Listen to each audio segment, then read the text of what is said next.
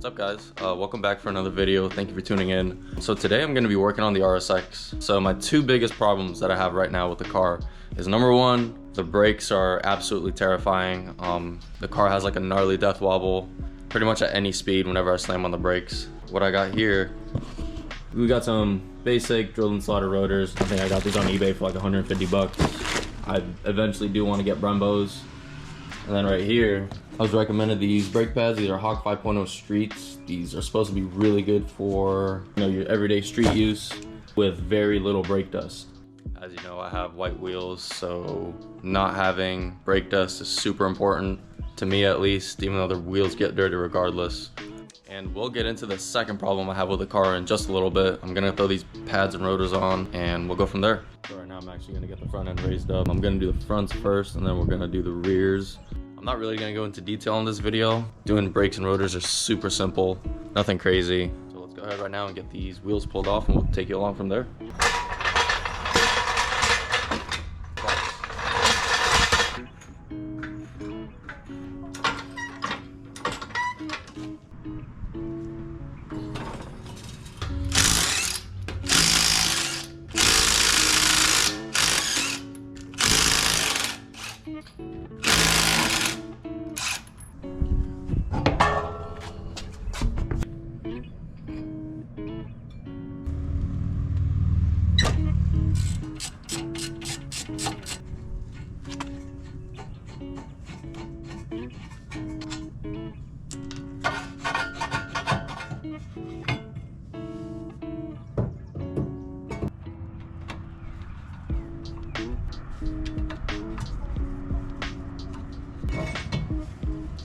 This rotor definitely has seen some better days.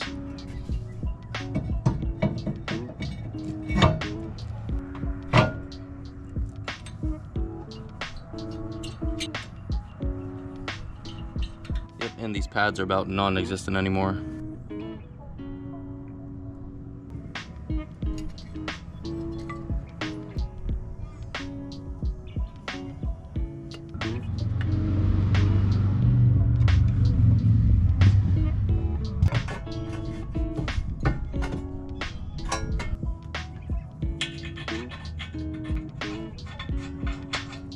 Got my boy pull up in the SI. Just pop the silencer out real quick. Oh my god. Now you really hear that exhaust leak.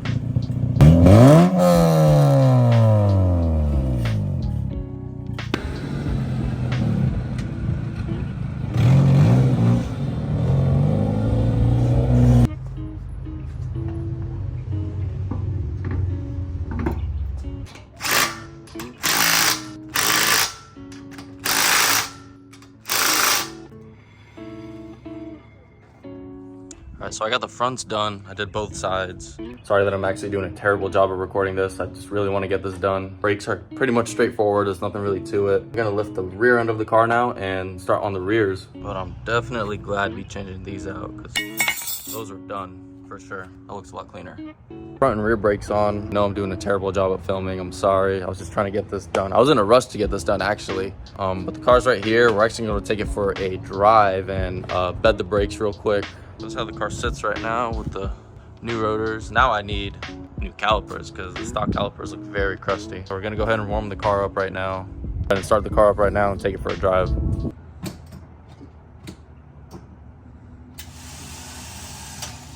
Whoa. The battery's dead. Oh. Dude, that's gonna be so hard to get to because the battery's tucked. So my battery is dead and I have Davy's relocation kit. It isn't really a problem, but I also have my fender liner and it's right behind the fender liner right there. So I'm gonna see if I can bump start it real quick. I'm gonna have homeboy push me down the street, I guess, and we'll see if I can start this thing. So unfortunately bump starting it didn't work. Car's super dead. So I gotta take the front bumper off, which kind of sucks because I have all the little clips and fender liner and all the stuff that you're supposed to have on the car, which normally I don't have when it comes to taking off or putting on a front bumper. I'll go ahead and raise the car back up and pull the bumper off real quick.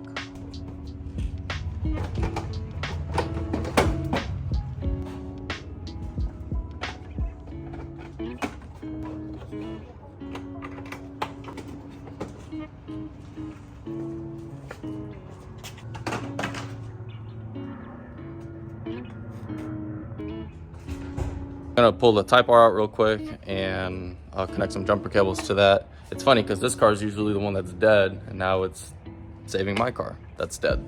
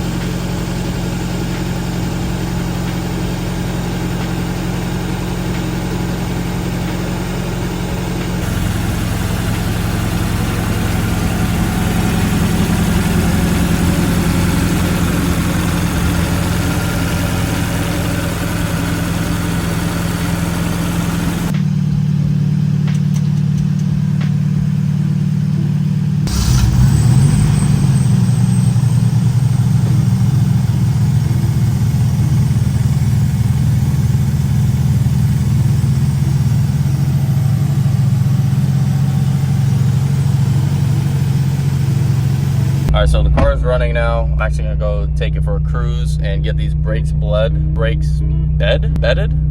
We're gonna go slam the shit out of these brakes.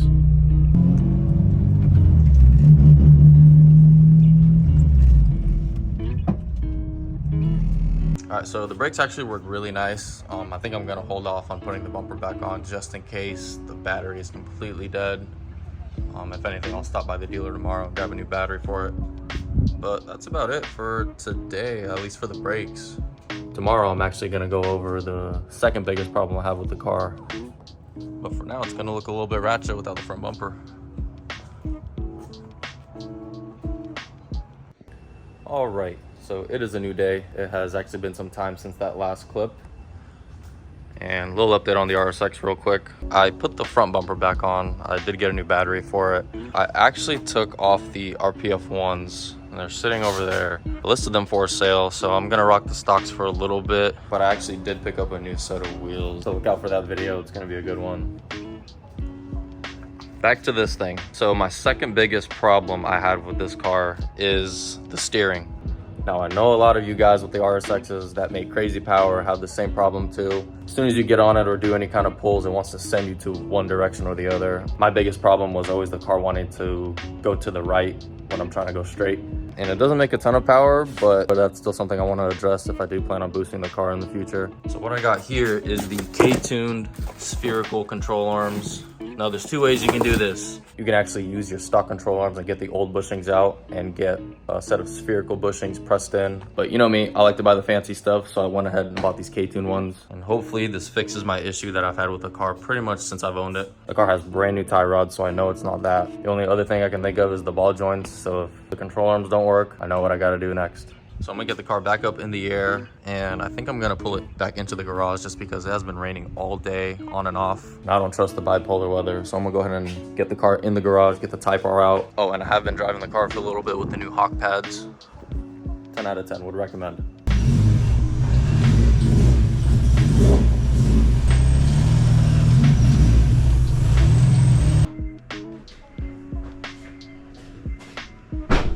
All right, so I got the car up in the air. First thing you gotta do is actually take the cotter pin out of the ball joint underneath, which I've already done. Once you get the ball joint loose, it's pretty simple. I've always had a hard time with these, but hopefully the ball joint tool that I have should make it a little easier.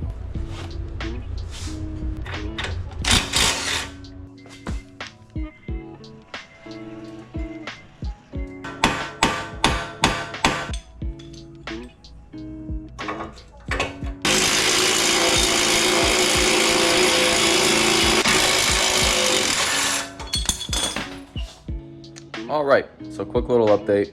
I messed up. So this ball joint nut was actually so seized on there that my ball joint separator stripped the entire ball joint underneath. You can kind of see it's super crooked. And I've had that problem before where I was actually able to take the nut out and rethread the bottom of the ball joint, but there's no coming back from this one. Right now I'm actually taking the whole spindle with the control arm out together, and I'm gonna bring it to the homie Marcio's. We're gonna try and use an air hammer to actually get the ball joint out of the control arm. And I guess it's the perfect time for me to do ball joints.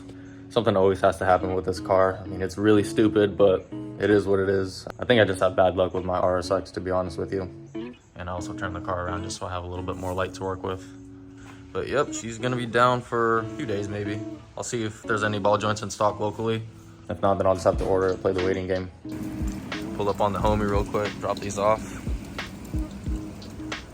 Hi, puppy. Probably my favorite place to come to.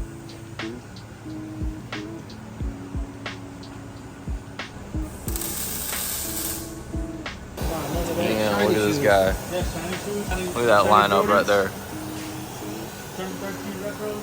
We're doing a quick.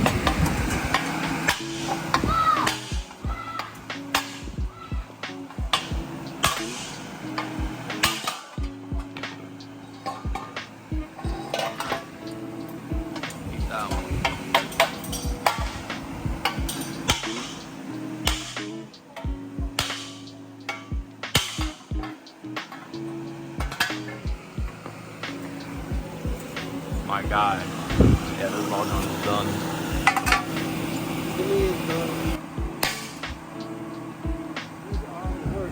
Oh, it's coming.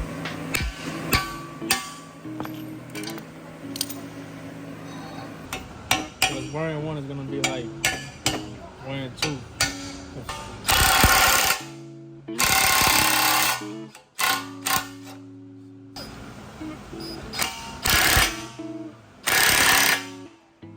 All right, so I got Marcio to press in these new ball joints for me.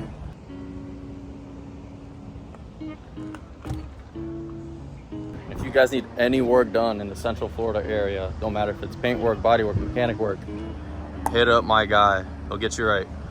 All right, so I'm back home now. I went ahead and threw one of these arms in on this side. It's very simple. Completely forgot I didn't show you guys how to take out the old control arm. So you got 119 right there, and then you got another 19 right here on the bottom of the subframe.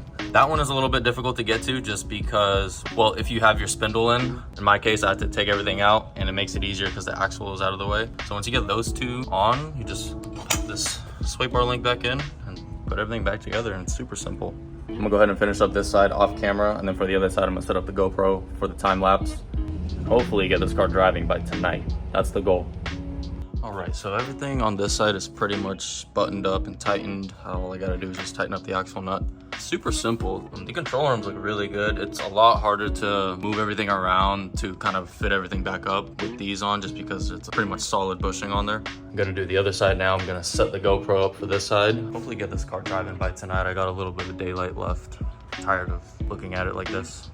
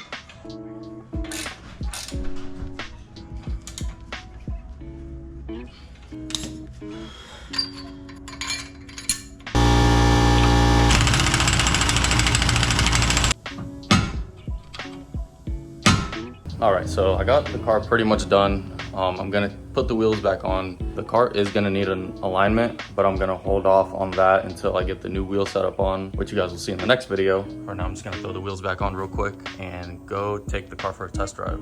I got the car back down. I'm gonna warm it up real quick, take it out for a drive, get the Type R back in here. Got a little bit of daylight left, and we'll see if I messed up on something. Hopefully nothing happens, but with my luck, you never know. Gonna give this thing a quick startup. Has been sitting for probably a week or so.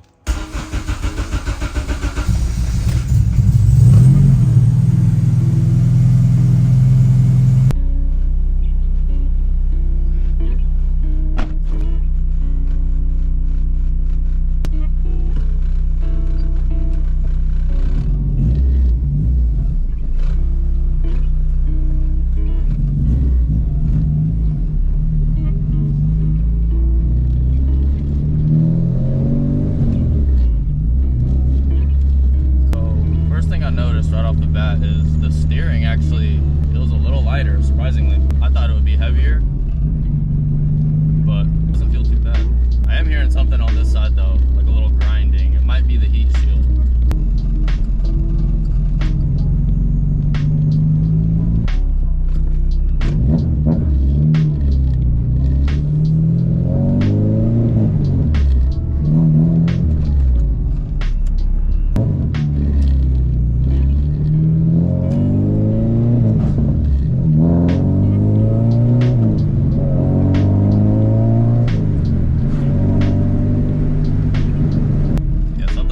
Grinding on this side.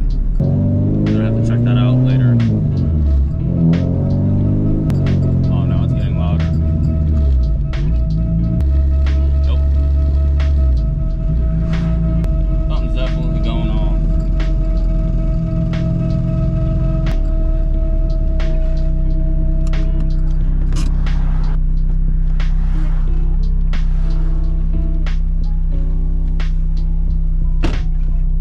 Alright, so I pulled over on the side of the road because something was rubbing really bad. I think it might be this heat shield was just touching the rotor. I'm not too sure. I bent it out a little bit. I'm gonna do the other side real quick. But it was like super loud. I was sketched to even drive anything above 20 miles an hour. Oh yeah, the heat shield back here on the bottom is definitely touching the rotor. So I'm gonna try to push it in. I wish I had something to kind of hammer this in or something. But I'm just like right down the road from my house, so I think I can make it back. Alright, so heat shield on this side was touching the rotor. I was able to kind of bend it out. Right now I don't hear anything.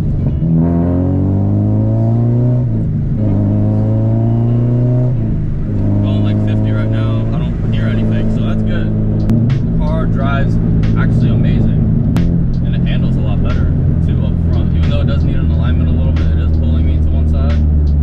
I put my seatbelt on.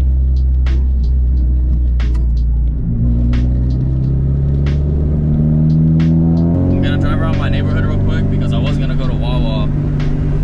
Hopefully everything else is fine.